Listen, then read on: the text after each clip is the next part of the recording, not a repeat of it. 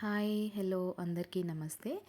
ఈ వీడియోలో రా బనానా ఫ్రై, పచ్చి అరటికాయ ఫ్రై అనేది షేర్ చేస్తున్నాను. చాలా సింపుల్ రెసిపీ అండ్ టేస్టీగా కూడా ఉంటుంది.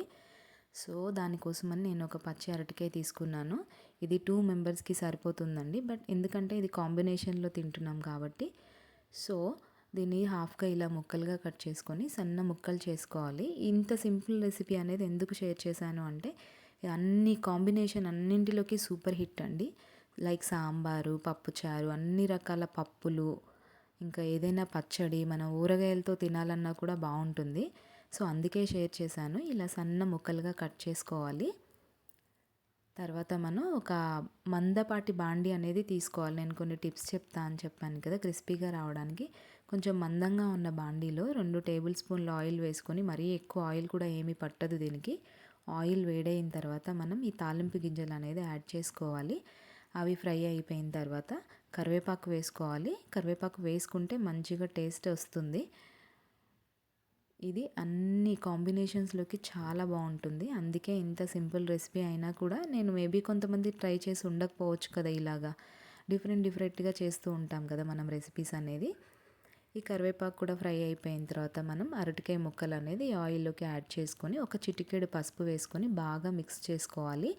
ఇక్కడ ఇంకొక టిప్ ఏంటంటే మనం స్టవ్ సిమ్లోనే పెట్టుకొని ఫ్రై చేసుకోవాలి. అప్పుడే మనకి మొత్తం మంచిగా లోపల బయట క్రిస్పీగా అనేది వేగుతుంది ముక్కలు అనేవి.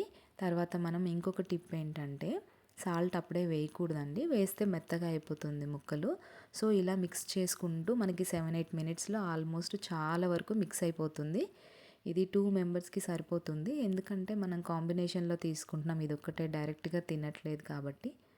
సో ఇలా వేగుతూ ఉన్నప్పుడు మనం మిక్స్ చేసుకుంటూ ఉండాలి. ఇలా బాండీలో కొంచెం స్ప్రెడ్ చేసినట్టుగా చేసుకోవాలి మనం మిక్స్ చేసేటప్పుడు, ఒకే దగ్గరికి కాకుండా. ఇదిగోండి ఇలా గోల్డెన్ బ్రౌన్ కలర్ వచ్చిన తర్వాత అప్పుడు మనం రుచికి తగ్గట్టుగా ఉప్పు, కారము యాడ్ చేసుకొని బాగా మిక్స్ చేసుకొని స్టవ్ ఆఫ్ చేసేసుకొని ఇట్లా ఒక బౌల్లోకి తీసుకోవాలి. మనకి ఎంతో క్రిస్పీగా ఉండే రా బనానా ఫ్రై అనేది రెడీ అయిపోతుంది. సో నేను మీకు ఇది కాంబినేషన్ కూడా చూపిస్తాను నెక్స్ట్ క్లిప్లో. చూడండి ఎంత టేస్ట్ కూడా చాలా బాగుంటుంది. చాలా తక్కువ టైంలో అయిపోతుంది, ఈజీగా అయిపోతుంది. టైం తక్కువ ఉన్నప్పుడు చేసుకోవచ్చు. ఇలా నేను వైట్ రైస్, పప్పు కారము, నెయ్యి, ఆమ్లెట్, మనకి టొమాటో పప్పు ఫ్రై, రా బనానా ఫ్రై, ఇంకా కొంచెం కర్డ్, ఇదే లంచ్ అండి. సో ఇంత సింపుల్గా చేసుకోవచ్చు. ఈ మిగతా రెసిపీస్ అన్నీ నేను ఈజీయే కదా అని నేను షేర్ చేయలేదు.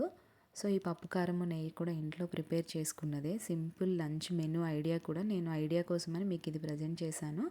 ఇక్కడ ఇంకొక టిప్ ఏంటంటే ఇలా మనకి పచ్చి బనానా అనేది కట్ చేసినప్పుడు ఇలా నల్లగా అయిపోతాయి కదా హ్యాండ్స్, దానికి మనం కొంచెం కోకోనట్ ఆయిల్ అప్లై చేసుకొని రబ్ చేసుకుంటే చాలా త్వరగా అనేది ఆ మరకలు అనేది పోతాయి.